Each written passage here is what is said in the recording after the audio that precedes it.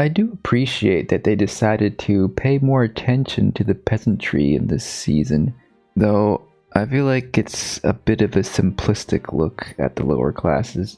These characters just don't have the nuance or depth that has been given to some of the noble side characters. Here they're so easily persuaded by the propaganda from Rhaenyra's side. They seem to be okay with being ruled as long as the ruler is benevolent. That makes sense broadly, I guess, but I would have liked to see maybe some characters challenge Rhaenyra's aid a little bit, or at least be skeptical of any ruler, or some show of solidarity among themselves outside of the monarchy without it devolving into just simple reactionary violence or hatred. I mean, the small folk kind of blend into a mob here. Yeah, it makes sense that they react with violence because this guard chops off this dude's hand. I don't even notice any of our central small folk characters in the crowd at all here. So while this is a pivotal moment for Alice and Helena, we don't really get the perspective of the small folk here. They're just a mass of screaming people. And perhaps they will complicate things more with this particular character who I always knew he was a bit of an ass. He pushes someone aside and steals their lettuce and food and carrots. They're certainly setting him up for something big, right? So Aemond is getting real comfy as the king regent right now. He's upset that one of the Lannister twins here is not moving forward with his army to take on Daemon. So then Aemond sends Kristen Cole and Alicent's brother to go reinforce the army against Daemon. But the key thing here is that he pretty much dismisses his mother from the council because she's too much of a tempering voice. And so the patriarchy keeps on rolling. But Aemon is proving himself to be quite a perceptive king. He's certainly much more exciting to watch than Aegon on the throne. Here he sees right through Larys' attempt to try to become the Hand, calling him a toad. He decides to recruit Otto Hightower back because he knows Otto has a pretty good head on his shoulders. When Aemon visits his wounded brother, he doesn't have to say much. The threat of death lingers in the air quite heavily. He's afraid of Aemon. There's no way he's gonna speak out the truth. You know, in his condition, how is he to fight back against Aemon's rule? Well, maybe Aegon can find a way back to the throne with a little help from Larys. It's a really moving scene here with Larys opening up about his disability and how he was always treated badly because of it, but because he was underestimated, that gave him an advantage to surprise people with his shrewdness, his whispering and maniacal ways. And so he imparts this inspirational perspective onto Aegon because now he's gonna be disabled, and so maybe now they two can form a pact. And of course, yes, Larys is looking for an opening to gain more power, but his story rings true. It is authentic, I feel, and does clarify Larys' motivations here. And I think they can become a devastating duo, perhaps. We'll see. Alicent, meanwhile, is feeling resigned, you know, after getting fish in her face from the crowd of small folk and being kicked off the council by her mad son. She seeks solace in her brother, hoping to get some good news about her other son, because yeah, she has another son that lives far from home, and apparently he's a kind boy, he's a good one. You know, and that gives her some hope that, yeah, maybe her blood isn't tainted with evil. You know, she's in a depressed mood right now. And this actually kind of feels like maybe the last moment she sees her brother, and even Kristen Cole, who's like far away right now looking on. Feels like they're going off into their death. They're gonna go and confront Daemon at Harrenhal. I don't know, maybe not. Maybe they'll survive. Maybe it's all gonna be good. Maybe it's fine. Oh yeah, this is before she got fish in her face. But, you know, that's just gonna compound things. Over at Daemon's nightmare world, he's having these visions of his brother, these memory dreams, these moments of guilt bubbling up. You know, he's realizing that he wasn't at his brother's side when he most needed him. You know, after Viserys' wife's death and the death of his son. So in a way, he's absolving his sins via his dreams here. But he does get the news that Grover Tully passed, who was standing in his way. Now he can control the Riverlands, but it doesn't do much to alleviate his mood. that heartfelt moment with his brother was just a dream. This sort of completes part of his journey here at Harrenhal. Him having these visions of his past trauma, his guilt, and maybe his journey of self-improvement has come to an end. I mean, earlier he actually asked for Alice's advice on what to do next, shedding some of his ego a bit, to which she basically tells him not to do anything, just to stay at Harrenhal for a bit. In time, things will change to his favor, I guess.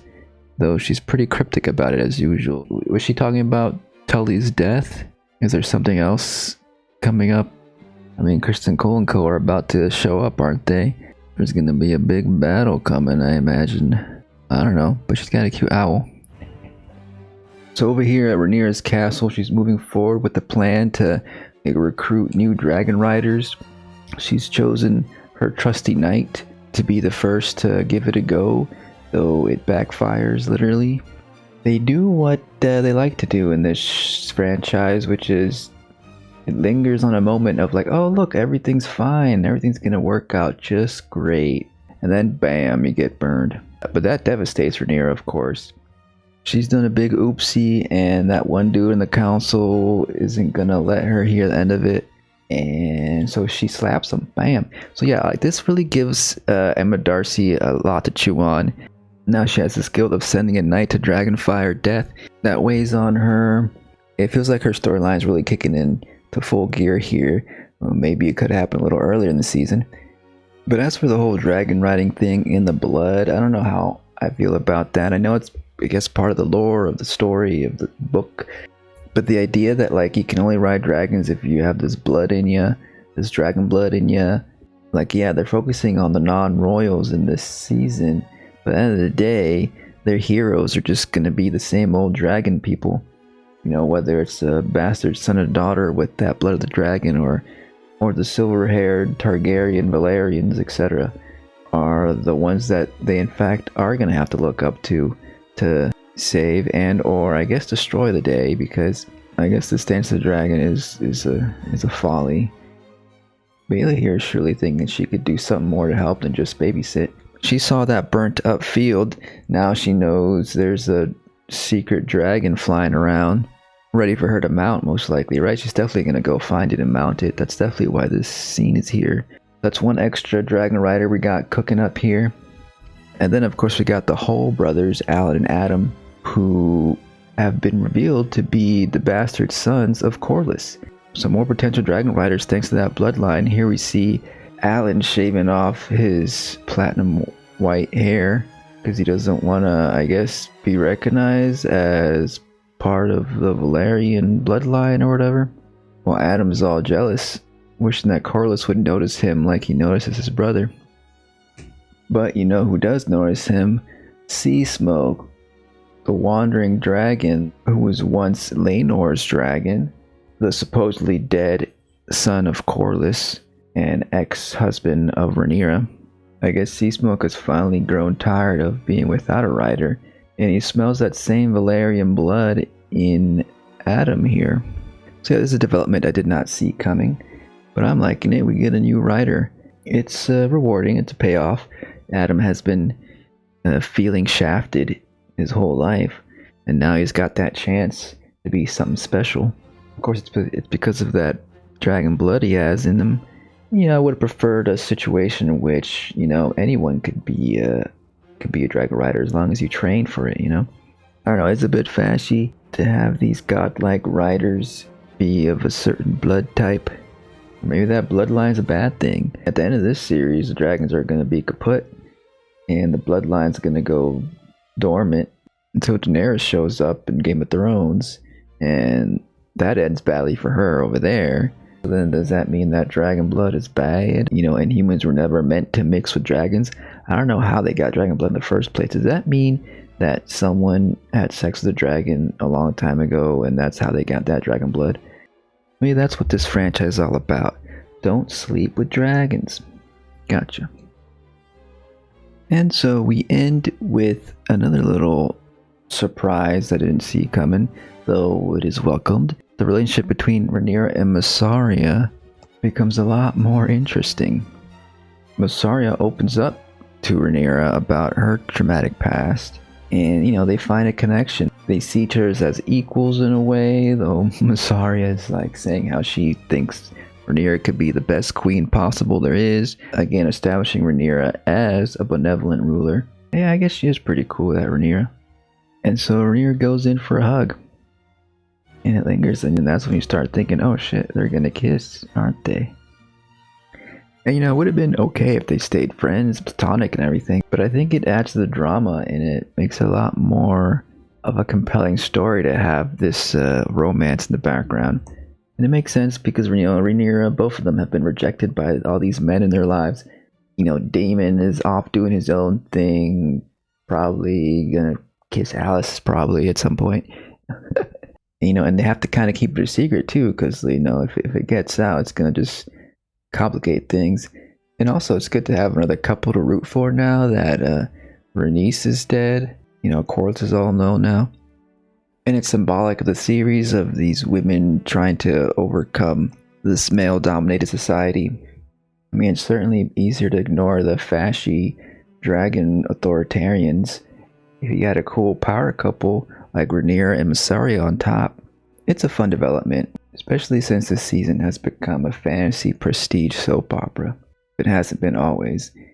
So yeah, Rhaenyra goes to find out who this new writer for Sea Smoke is.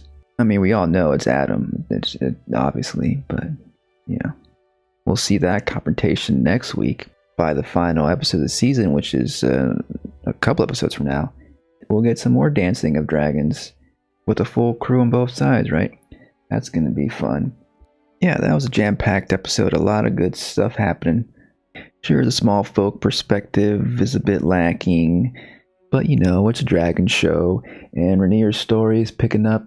Things are getting hot, and the dragons are getting bothered. Or something like that. I'll see you next time. Under the moonlight. Bye-bye.